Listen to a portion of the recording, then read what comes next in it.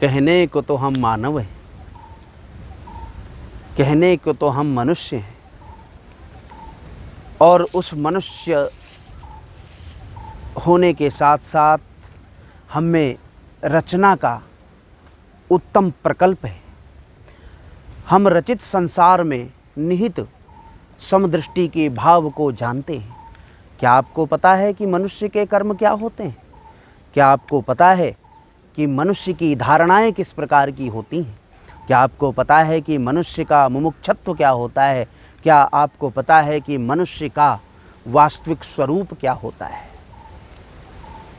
मनुष्य एक ऐसा शब्द है, मनुष्य एक ऐसा प्रवर्तक, एक संभ्रांत संदेश है।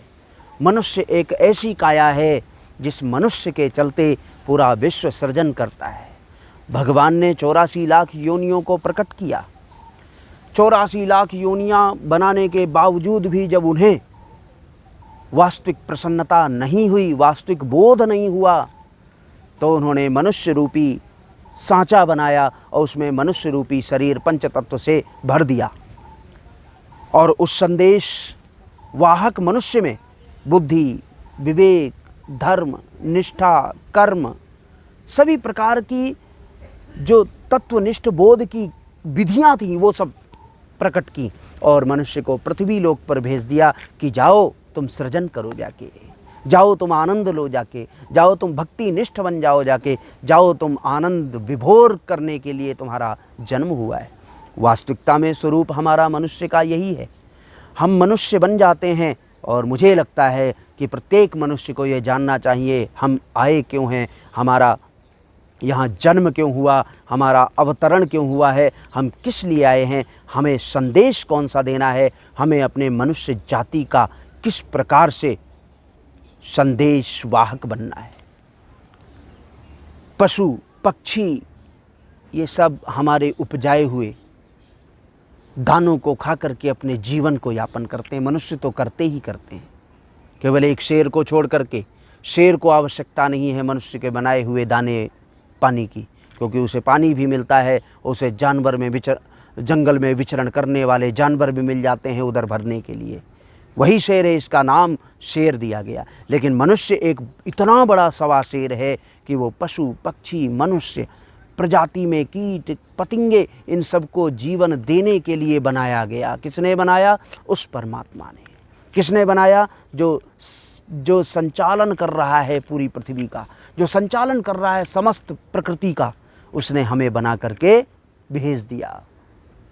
सभी इंद्रियों के द्वारा रचना की, हमारी सुंदर शरीर प्रदान किया, सुंदर बुद्धि विवेक प्रदान किया और प्रत्येक मनुष्य को क्षमतावान, धैर्यवान, गुणवान, नीतिवान और दिव्यवान करते हुए, धर्मवान बनाते हुए, ज्ञानवान बनाते हुए, बुद्धिमान बनाते हुए हमारी रचना की है। और हमसे उनकी अपेक्षाएं हैं। हमसे वो चाहते हैं कि हम इस भूमि में जन्मे हैं।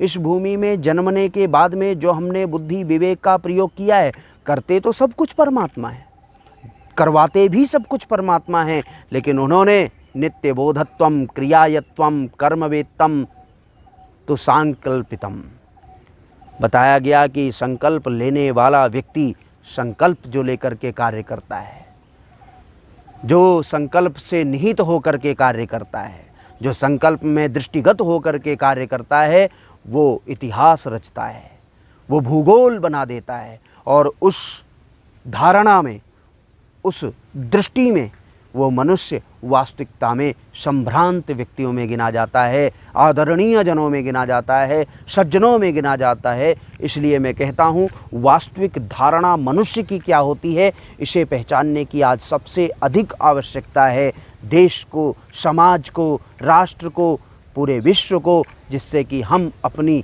जो मानवता रूपी छटा है इसको वास्तविकता स्वरूप प्रदान करें। यही हमारी कामना होनी चाहिए और इस पर हमें प्रतिपल ध्यान देने की आवश्यकता है।